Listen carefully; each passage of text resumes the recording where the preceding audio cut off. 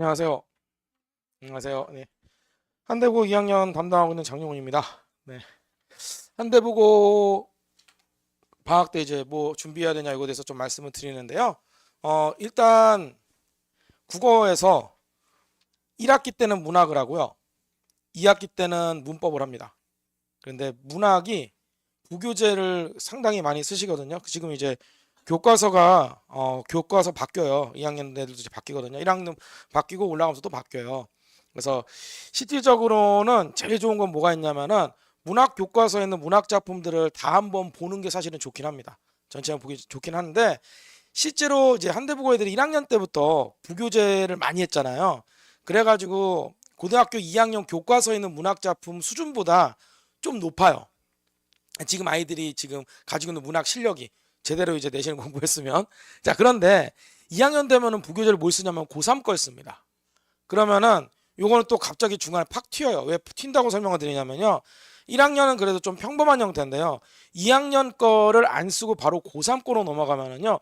고3 것 중에서도 학평이랑 수능 있는 그 모아둔 이제 문제집 같은 거 많이 쓰시거든요. 지금은 이제 마더텅이라고 하는 걸 쓰고 있습니다. 마더텅 쓰고 있는데요.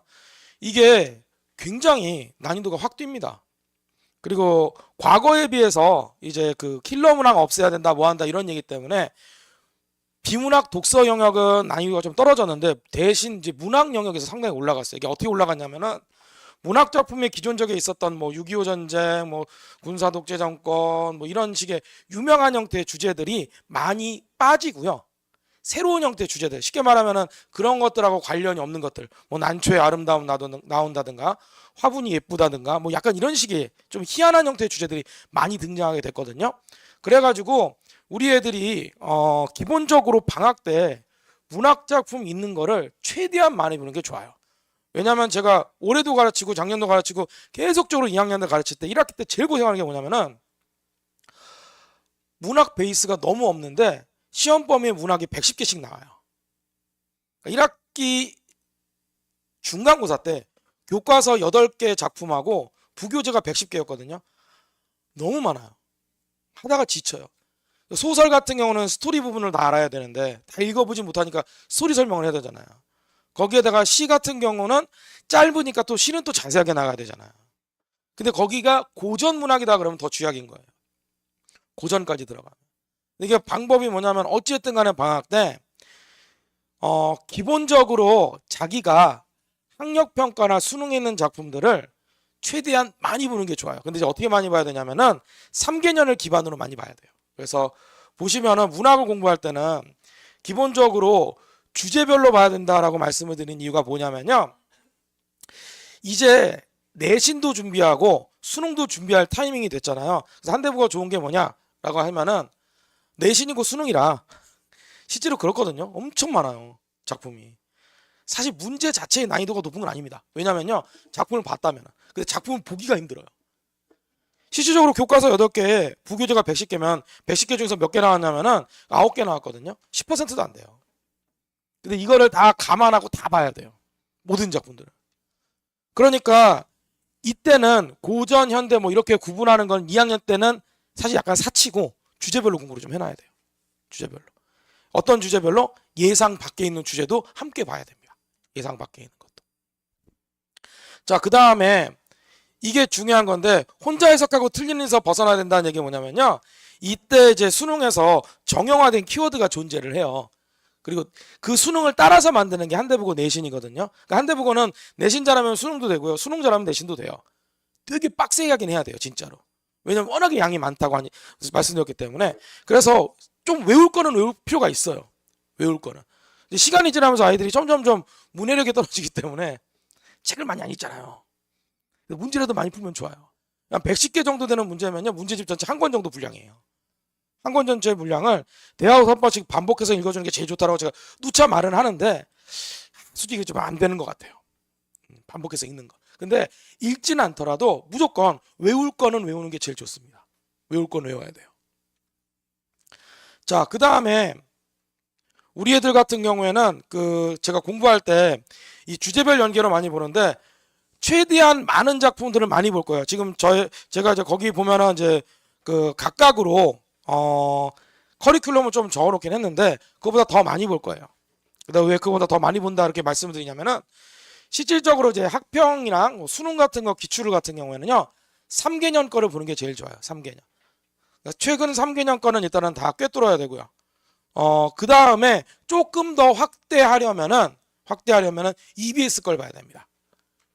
그러니까 3개년 보고 나서 2개년 더 추가해서 5개년 보는 거 뭐 이것도 괜찮기는 한데 일단 지금 당장에 있는 EBS 수능 특강이라든지 수능 완성 고3급 교재거든요. 그거 좀 미리 보는 게 좋아요. 원래 수능 완성이랑 수능 특강은 그 당해년도 학생들에게 50% 비연계로 나오긴 하는데요. 우리 애들이 풀어도 돼요. 고2 정도 수준에서도. 충분히 가능합니다. 그럼 목적을 잡아야 돼요. 방학 기간이 우리 애들 시험 끝나고 나서 바로 이제 시작을 하면은 대략 한 10주에서 11주 정도 할 수 있거든요.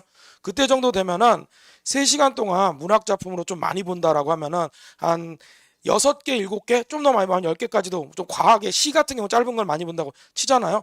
그렇게 되면은 이미 거기에서 100여 개를 봐요. 그대로만 따라가면 100여 개를 보잖아요. 그러면 이런 상태 내에서 내신 중간고사, 기말고사 들어가잖아요. 크게 도움이 될 수밖에 없죠.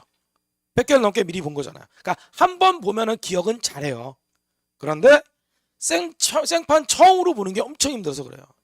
우리 애들 같은 경우에 작품이 100개 나오면은 작품 하나당 10문제씩만 줘도 1000문제가 넘잖아요. 1100문제잖아요. 근데 그것만 풀 수는 없잖아요. 교과서도 풀어야 되잖아요. 그러면 일단은 실질적으로 정말 물리적인 한계가 넘어가요. 엄청 많은 거죠. 그렇죠?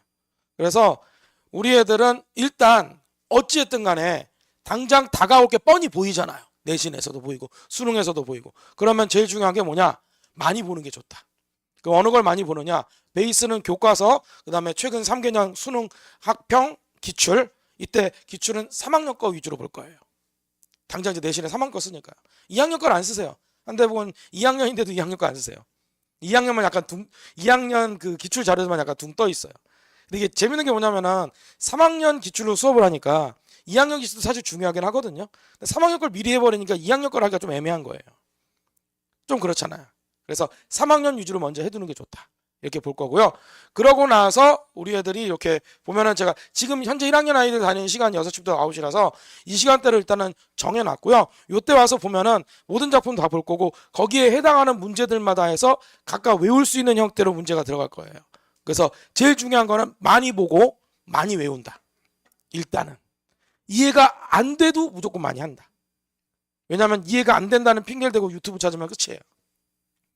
그걸 방지하려고 제일 중요한 건 뭐냐? 안 돼도 무조건 많이 봐야 된다. 그래서 목표로 잡은 거는 100개에서 120개 정도. 그 정도만 보더라도 내신 때 들어갈 때는 상당히 도움이 됩니다. 당장 지금 무슨 교재를 쓰실지 모르는데 대부분 교재 선정하는 것들이 학력평가 기출을 선택을 하세요. 그래서 우리는 미리 3개년 학력평가를 공부해 둔다. 요 정도로 하면은 아이들이 공부할 때 조금 편하죠. 그래서 보면은 어휘 암기하는 거, 그 다음에 이제 어휘에 대한 것, 과저 테스트, 성적표 이런 것들 다 제공이 될 거고요. 이걸 통해 가지고 자기 위치를 계속 확인하면 돼요. 내가 어느 정도에서 뭐가 부족하거나 어느 정도에서 좀 뭔가 좀 필요하겠구나 이런 것들. 그래서 커리큘럼 되는데 이거보다 더 많이 할 거예요. 이거다. 일단은 이제 제일 중요한 거 교과서 내에 있는 목록들은 이제 있으니까 목록들 가지고 본 거예요. 그러니까 학교에서 어느 문학 교과서를 선택한다는 별로 중요하지 않습니다. 어차피 문학 교과서가 대략 9종 정도로 압축됐거든요. 거기 있는 건 다 해야 돼요. 수능까지 봐야 되니까. 그러면서 이제 정리해 준 게 있는데 이건 왜 정리해 주느냐? 요거를 보면서 자기가 필기했던 거랑 비교하는 거. 쉽게 말하면은 비교해서 옮겨 적는 게 복습입니다. 비교해서 옮겨 적는 거. 자, 그 다음에 이제 모의고사 성적표. 그 다음에 이 어휘는 각각의 문학 작품들 안에 있는 어려운 걸 위주로 뽑아가지고 그 안에다 집어넣을 겁니다. 그래서 저거 정도 단어는 제발 외우자. 문해력 떨어진다고 얘기하는데 일단 제일 극약 처방으로 단어 정도라도 외우자. 그래서 공부를 할 거고요. 자, 이렇게 해서 보시면 간단하게 마지막으로 이제 코멘트 드리고 정리해 드릴게요. 한대국어만큼은 문학은 수능하고 내신이 같아요. 아예 집어넣는 게 고3 거를 쓰기 때문에 그래요. 그러니까 그걸 미리 준비하는 게 당연히 효율이 극대화될 수 있죠.